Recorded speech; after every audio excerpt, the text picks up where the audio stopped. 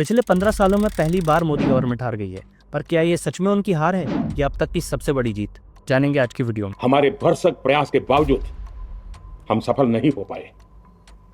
नारी शक्ति वंदन अधिनियम में संशोधन नहीं हो पाया और मैं इसके लिए सभी माताओं बहनों उनसे मैं क्षमा प्रार्थी हूं। आगे बढ़ने से पहले प्लीज आप हमारे न्यूज चैनल को सब्सक्राइब जरूर करना ताकि हम ग्रो कर सकें, और इस वीडियो को लाइक भी करना ताकि हम ज़्यादा लोगों तक पहुंच सकें। चलो स्टार्ट करते हैं। ये सारी कहानी स्टार्ट होती है 17 सितंबर 2023 से, जब Modi government women reservation bill लाती है पार्लियामेंट में, जो कि पार्लियामेंट की 33% सीट्स को रिजर्व कर रहा था वुमेन्स के लिए।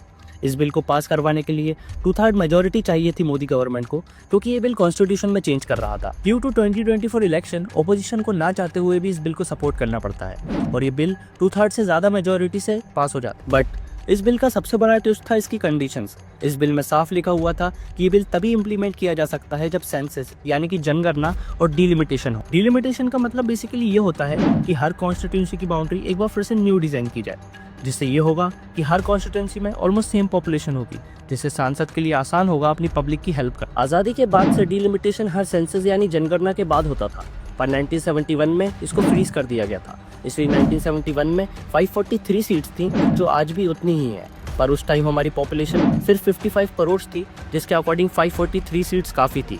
पर अब हमारी पॉपुलेशन ऑलमोस्ट 3x हो चुकी है, बट नंबर ऑफ सीट्स अभी भी उतनी ही है पार्लियामेंट में।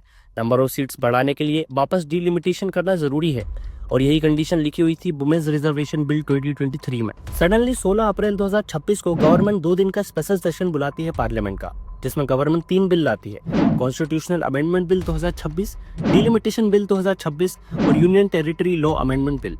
ये तीनों बिल का काम ये था बेसिकली कि पार्लियामेंट की सीट्स 543 से बढ़ाकर 850 करना और डिलिमिटेशन करना 2011 के सेंसस के बेसिस पे, और वुमेन रिजर्वेशन बिल को इम्प्लीमेंट करना। ये बिल पास करवाने के लिए गवर्नमेंट को 2/3 मेजोरिटी चाहिए थी, जो कि बिना ऑपोजिशन के सपोर्ट के पॉसिबल नहीं था, और ऑपोजिशन ने वही किया जो सबको पता था होने वाला है। इस बिल को सपोर्ट नहीं किया।